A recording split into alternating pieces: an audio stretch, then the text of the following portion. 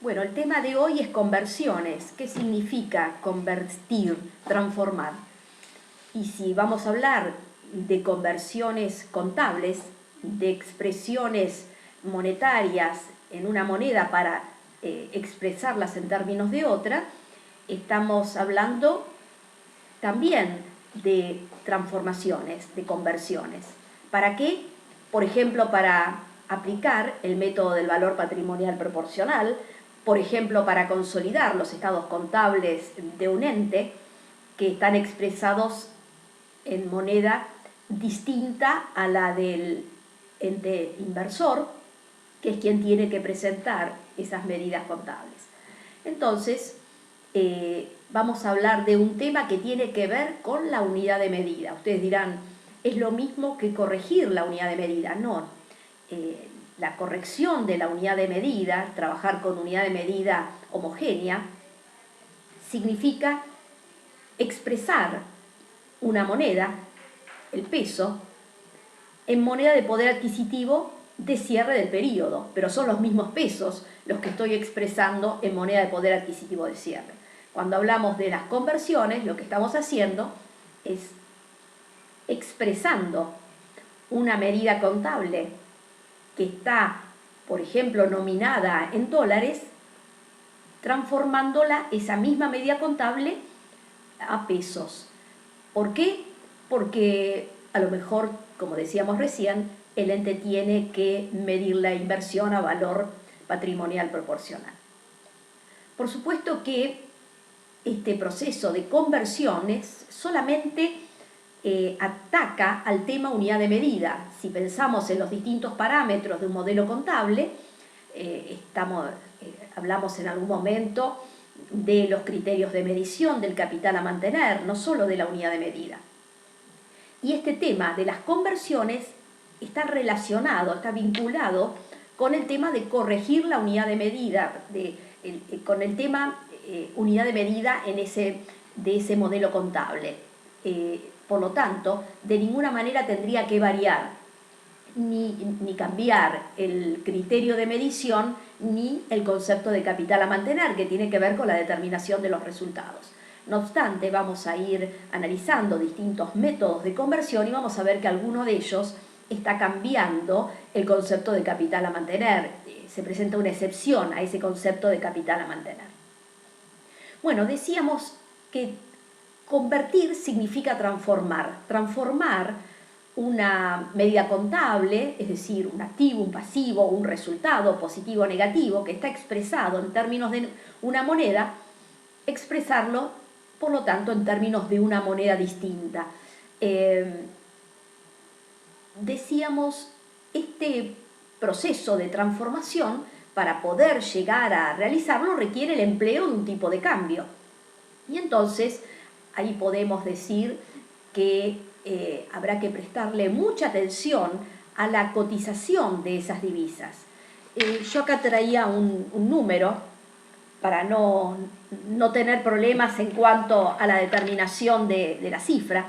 Por ejemplo, para convertir una moneda tipo A en otra moneda tipo B, ¿qué tengo que hacer? Multiplicar por el tipo de cambio de A en B. Por ejemplo, si tenemos un préstamo de 1.000 euros a 100 pesos cada uno, cada euro cotiza 100 pesos, evidentemente tendremos que multiplicar ese préstamo de 1.000 euros por 100 y el préstamo quedará expresado por un total de 100.000 pesos. Ahora, puede ser que tengamos que dividir por el tipo de cambio de B en A. ¿Qué significa ello? Que acá lo que tengo es que dividir los 1.000 euros dividido 0.01, que sería el tipo de cambio, la relación entre ambas monedas, que surgiría de dividir 1 sobre 100. Y llego a los mismos 100.000 pesos. Por eso decimos que para convertir moneda de A en términos de una moneda B, lo que puedo hacer es o multiplicar por el tipo de cambio de A en B, o dividir por el tipo de cambio de B en A. ¿Qué es el tipo de cambio? Y el tipo de cambio no es otra cosa que la relación que hay entre dos monedas.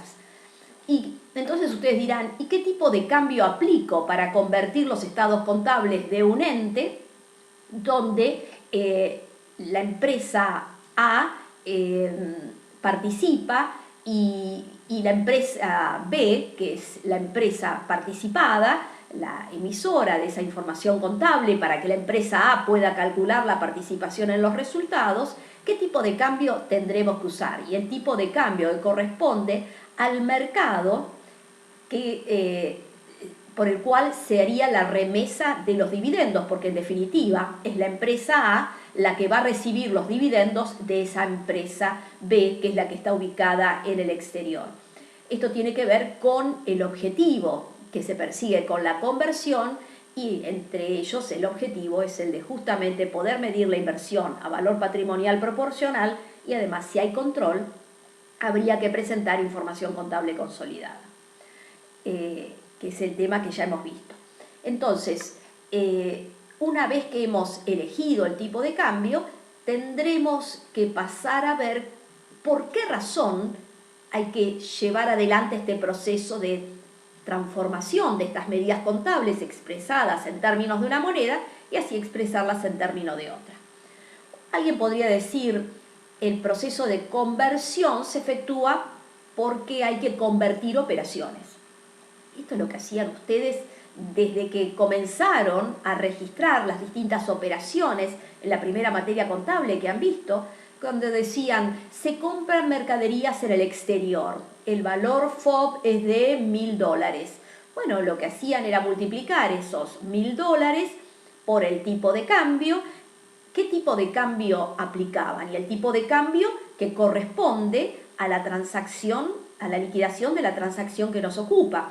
Por lo tanto, lo que ustedes hacían era tomar el tipo de cambio vendedor al momento en que se tomaba conocimiento que se había convertido, que se había producido el traspaso del control sobre ese bien, es decir, dependiendo de la cláusula que se utilizara, por la cláusula FOB libre a bordo, una vez que estaba embarcada la mercadería, pasaba el control de esa mercadería en manos de la empresa que lo estaba importando. Por supuesto que había que convertir esos dólares a pesos al tipo de cambio vendedor al momento en que se tomaba conocimiento que fue embarcada la mercadería, y eso daba la medida contable de la mercadería en tránsito, con contrapartida en un pasivo que, si bien estaba expresado en pesos, correspondía a una cantidad de dólares a esa fecha.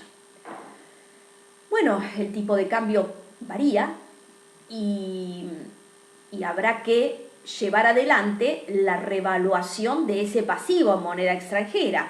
Ese pasivo en moneda extranjera que al momento en que se embarcó el bien cotizaba a 60 pesos, hoy, momento de cierre del periodo, cotiza, el tipo de cambio vendedor es de 70. Quiere decir que habrá que contabilizar una diferencia de cambio sobre que generó ese pasivo. ¿Por qué? Porque al cierre del periodo habrá que reevaluar las cuentas en moneda extranjera.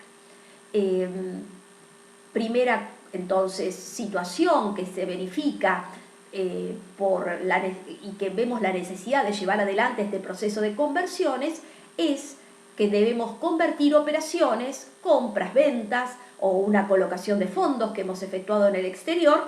Habrá que convertir esas divisas a pesos y todas las diferencias de cambio generadas por los activos o los pasivos en moneda extranjera resultan resultados financieros, excepto que alguna norma contable, como de hecho sabemos que existe, tratándose de procesos prolongados de fabricación, se permitiría que algunas de esas diferencias de cambio generadas por esos pasivos se consideren como costo del activo inmovilizado, dado que el proceso de fabricación supera el ejercicio económico, esos 12 meses de duración del ejercicio económico.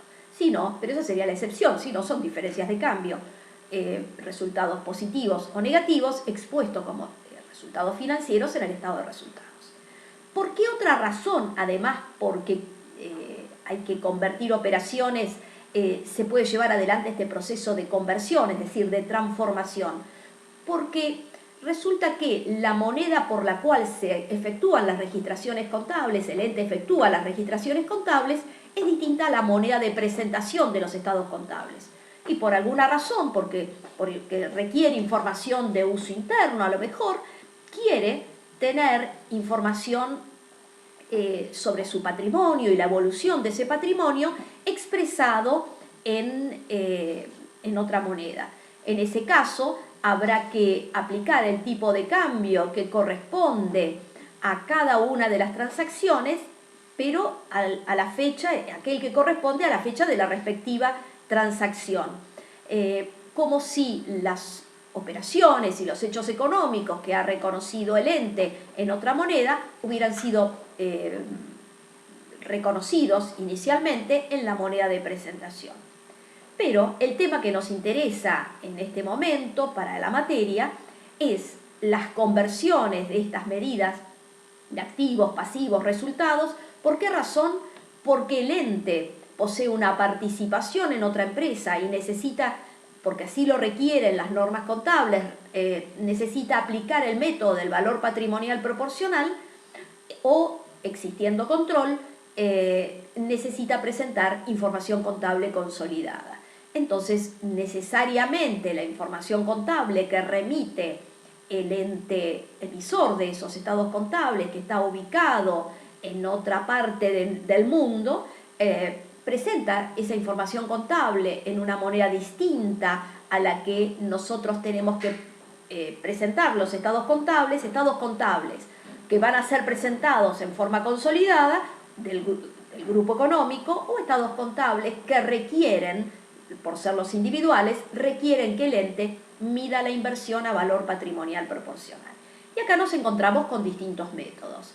Los métodos más empleados, el método temporal, el método convertir, ajustar, el método de la inversión neta, el método del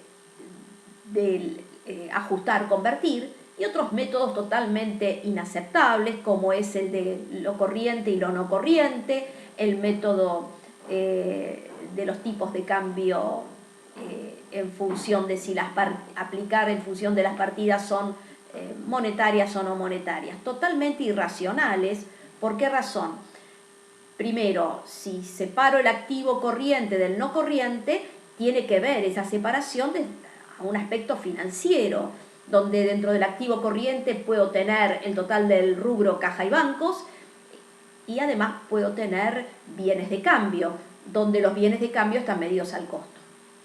Y por supuesto, el total del efectivo corresponde al efectivo que había al cierre del ejercicio, que tenía el ente al cierre del ejercicio. Si pensamos que por ser una partida expuesta en el activo corriente, todas las partidas se van a convertir aplicando un tipo de cambio que responde al cierre del ejercicio, estaríamos vulnerando, para el caso de los bienes de cambio que representan un activo corriente, estaríamos vulnerando lo que es algo muy coherente, que tiene que ver que se está ignorando, en este caso, estaríamos ignorando el momento en que ingresaron esos bienes al patrimonio.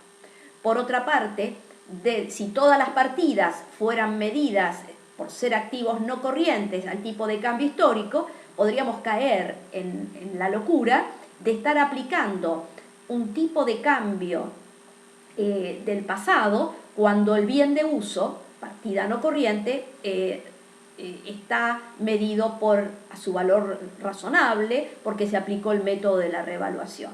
Como vemos, es un método totalmente desquiciado, esto de estar aplicando tipos de cambio de cierre para convertir partidas del activo pasivo corriente o tipos de cambio de origen para la conversión de las partidas no corrientes por la simple ubicación dentro de esa estructura patrimonial.